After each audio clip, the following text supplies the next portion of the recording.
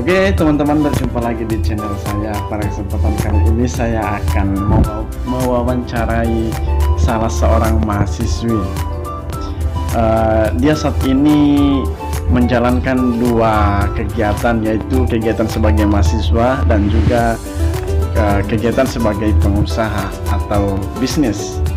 Oke, kita langsung saja. Saya akan mewawancarai narasumber saya. Inilah dia, Mbak. Siapa nama Mbak sendiri?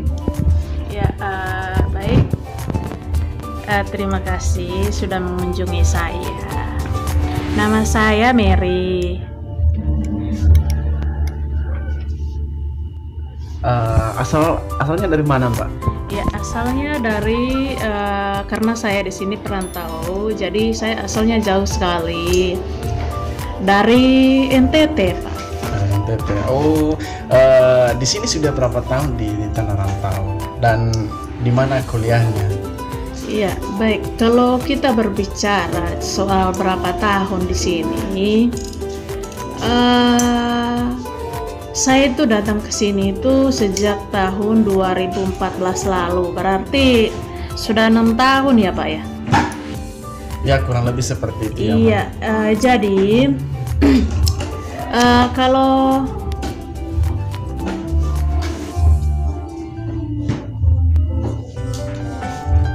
kalau tempat kuliah saya, waktu saya S1 itu kemarin, saya kuliah di kampus swasta. Ya biasalah, kita yang orang perantau itu, apalagi berasal dari keluarga yang ya boleh dikatakan orang sederhana sekali, ya kuliahnya di kampus swasta. Jadi sekarang saya kuliah di salah satu kampus swasta juga, mengemban jurusan manajemen. Ya, jadi begitu Pak soal terkait dengan tempat kampus saya kuliah. Oh gitu ya, Mbak. Jadi saya dengar Mbak ini menjalankan dua kegiatan, yaitu kegiatan sebagai mahasiswa dan kegiatan sebagai pengusaha. Jadi kira-kira usaha yang Mbak jalankan saat ini sudah berapa tahun kita melakukan rutinitas seperti ini, Mbak? Iya, ini yang saya mau bagikan kepada teman-teman mahasiswa, terutama bagi teman-teman yang perantau. Ya, seperti kita ketahui bersama bahwa mahasiswa yang merantau di kota besar, apalagi mahasiswa yang berasal dari keluarga yang sederhana, jadi saran saya adalah untuk menggunakan pengetahuan yang kita miliki dengan membaca peluang berbisnis. Kenapa harus berbisnis? Karena jika kita sambil kuliah, maka waktu kita kuliah tidak akan terganggu oleh bisnis, begitu. Jadi ini usaha saya seperti yang Bapak lihat bahwa usaha saya kecil-kecilan memang, tapi saya bersyukur bisa mencukupi kebutuhan saya sehari-hari.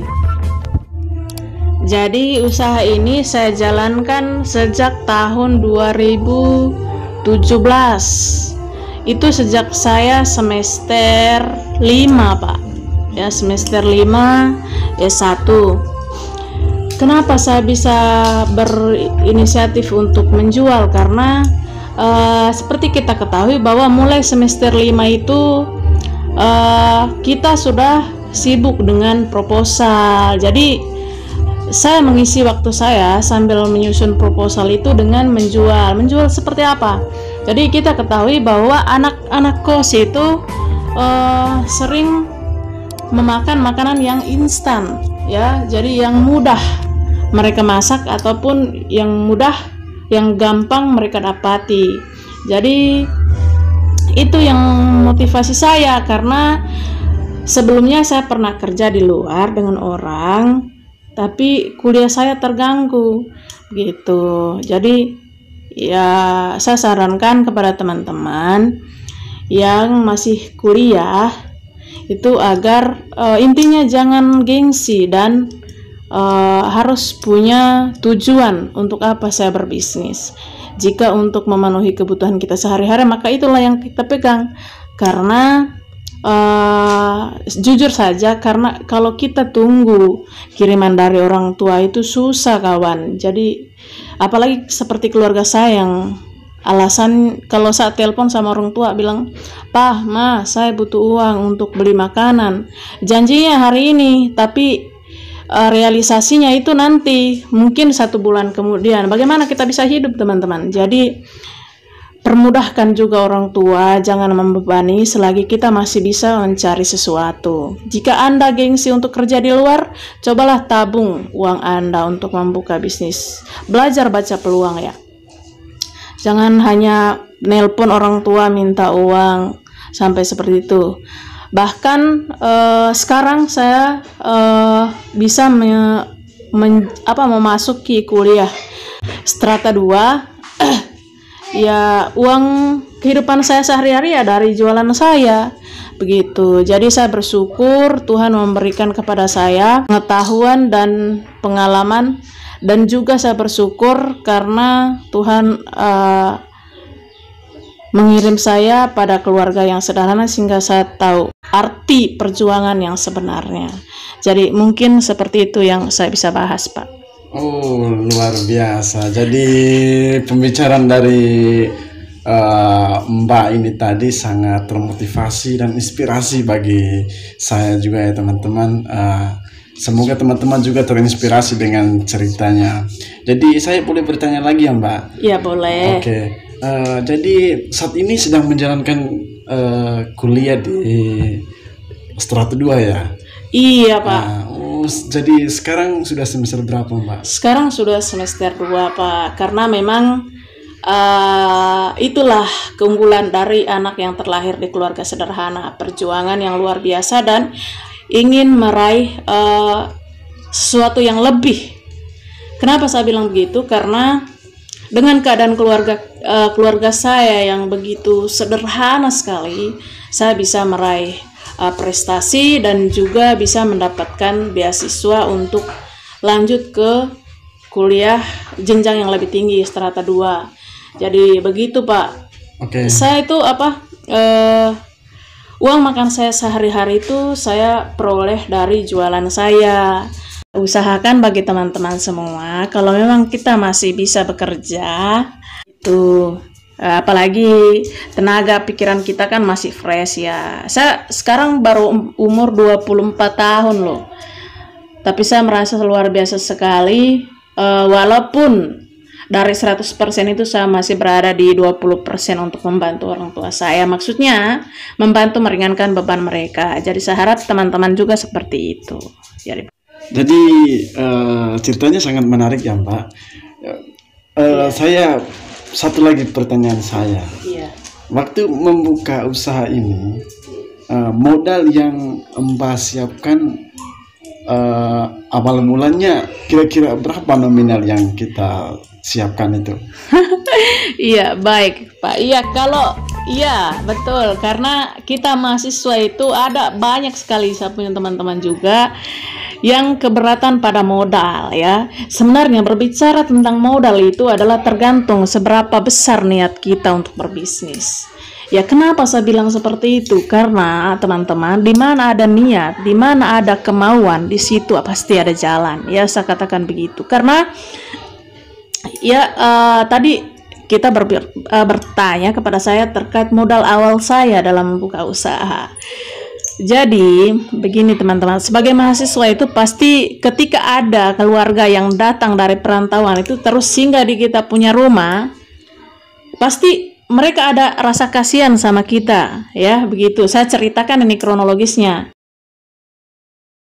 Itu keluargaku yang waktu itu singgah di saya punya kos itu dikasih saya uang ya 100.000 atau 200.000 teman-teman, itu bagi anak kos itu berarti sekali. Jadi saya berpikir, saya kebetulan waktu itu saya dapat uang 200.000 ya, itu pun dari pemberian ya, saya sangat bersyukur sekali.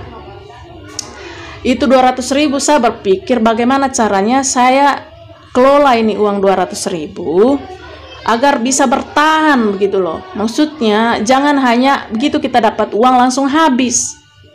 Jadi begitu teman-teman, begitu saya dapat uangnya, saya langsung berpikir apakah saya bisa mengembangkan bisnis dengan uang 200.000 ini. Ya puji Tuhan, karena saya punya keinginan dan kemauan yang kuat, juga semangat. Dari uang 200.000 itu sekarang kalau kita lihat ya Pak, ini modalnya sudah mencapai 3 jutaan. Jadi coba teman-teman bayangkan ya. Dan omset saya setiap hari itu bisa mencapai 200.000 Pak. Jadi memang mungkin bagi teman-teman merasa bahwa uang 200.000 itu sangat kecil sekali. Tetapi ketika teman-teman punya keberanian, misalnya teman-teman ingin membuka usaha yang lebih besar lagi, berani untuk meminjam, dengan catatan dari hasil apa yang kamu jual itu nanti, dari hasil usaha kamu harus sisipkan berapa persen dari penghasilan kamu atau dari omset kamu setiap harinya, berapa persen untuk kembalikan pinjaman kamu. Jangan istilahnya orang begini, apa yang kita dapatkan hari ini langsung ke panci, itu tidak boleh, itu tidak akan berjalan. Jadi harus bisa memanajemen pendapatan kamu lebih baik. Itu saja saran dari saya, Pak. Oke, terima kasih. Sekali lagi saya bilang sangat menarik sekali dan sangat termotivasi. Dan saya juga ini Mbak ya, saya ini sebagai mahasiswa dan saya tertarik cerita dari Mbak ya. Saya pengen sekali untuk membuka usaha. Jadi ini pertanyaan lagi Mbak. Waktu kan saya lihat ini barangnya sudah banyak ya, begitu banyak jenis barangnya. Jadi semua barang yang tersedia di sini, apakah itu berawal dari uang 200.000 atau ada donatur atau siapa lagi atau orang tua yang memberikan sumbangan untuk mendukung bisnis yang Mbak jalankan saat ini? Iya, baik ya. Ya, kembali lagi kita di awal, kalau yang namanya kita meminta uang lagi kepada orang tua untuk menambah kita punya usaha, berarti ya saya boleh bilang bahwa itu kita kembali membebani orang tua, Pak. Nah, jadi kalau berbicara tentang donatur, ya saran saya kepada teman-teman, kalau bisa teman-teman dapatkan donatur, boleh, maksudnya itu lebih bagus ya. Tetapi kalau dalam usaha saya ini itu berawal dari uang 200.000, itulah yang saya syukuri. Kenapa? Karena benar-benar saya ingin berjuang.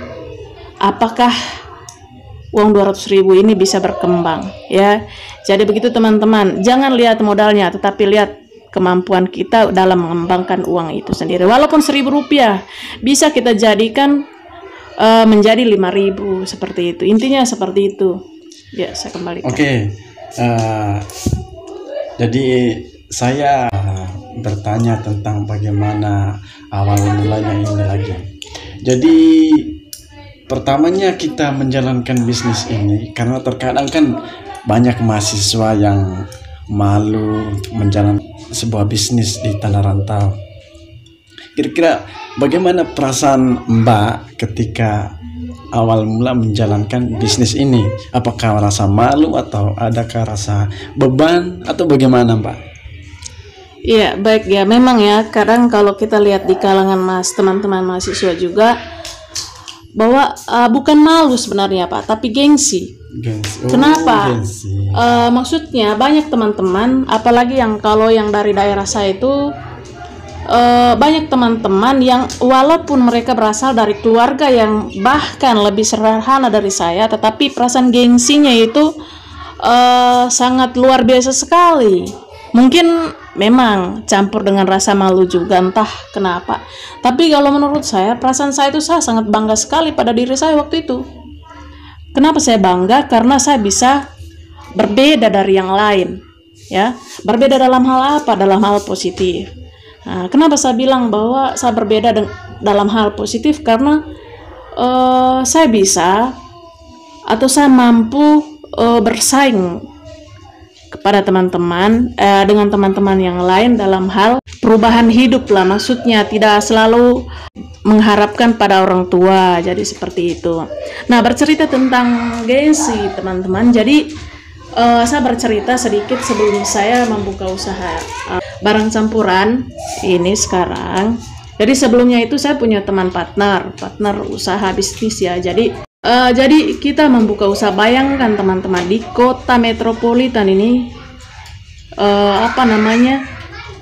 kita mendorong gerobak ya, gerobak kue. Jadi saya rasa untuk merasa malu itu dan gengsi itu seharusnya dijauhkan ya dari kalangan mahasiswa, apalagi perantau ya. Kalau Anda berasal dari keluarga yang kaya ya, it's okay lah, karena kan mungkin sesuai. Tapi saran saya bagi teman-teman yang rata dengan saya ekonominya, ya saya harap ya teman-teman bisa menjauhkan rasa gengsi dan rasa malu itu. Kenapa? Bantu orang tua Anda, karena Anda sekolah itu untuk merubah nasib Anda dan juga keluarga Anda. Jadi sebegitu saja Pak. Oke, terima kasih atas cerita yang sangat menarik bagi saya. Jadi mungkin ada saran kah atau peluang bisnis yang mau dibagikan kepada teman-teman semua? Ya baik, kalau saran bisnis dari saya bukannya bicara untuk meniru orang lain ya, tetapi saya sarankan kepada teman-teman untuk membaca peluang ya, dimanapun tempat Anda tinggal. Misalnya Anda tinggal di kos-kosan, jadi coba Anda lihat di sekeliling Anda, teman-teman Anda itu pasti dia suka memakan makanan instan, misalnya mie. Misalnya kos Anda itu penuh dengan teman-teman laki-laki, jadi Anda siapkan misalnya mie instan atau rokok, kopi, ya sejenisnya lah. Kalau memang teman-teman laki-laki ya pasti teman-teman tahu lah apa yang dibutuhkan laki-laki. Jadi seperti itu. Ya intinya seperti itu, pintar membaca peluang, apa yang bisa Anda jadikan bahan bisnis ya itu yang Anda lakukan. Intinya di mana ada kemauan, di situ pasti ada jalan. Jangan berpikir tentang modal teman-teman. Ya karena modal itu sebenarnya selalu ada. Ya mungkin seperti itu aja Pak. Oke, terima kasih Mbak. Mungkin teman-teman bisa lakukan apa yang Mbak sampaikan tadi. Jadi saya juga punya inisiatif dan sangat termotivasi dari cerita itu. Jadi maksud dari Mbak itu yang terakhir tadi adalah kita membuka usaha dan melihat siapa target pasar kita gitu. Karena kita melihat atau untuk membuka sebuah bisnis, kita harus melihat situasi kondisi di sekitar. Artinya kita melihat pasar atau kemampuan pasar, dan begitu pula produk yang kita sediakan. Kalau memang mahasiswa, target pasar kita ya tentu yang kita sediakan seperti makanan instan, rokok, dan juga barang-barang yang sering dibutuhkan oleh mahasiswa. Oke, sekian dan terima kasih. Seperti biasa jangan lupa like, komen, dan subscribe channel saya ya teman-teman. Dan jangan lupa aktifkan lonceng notifikasi agar bisa mendapatkan video terbaru dari saya. Sekian dan terima kasih.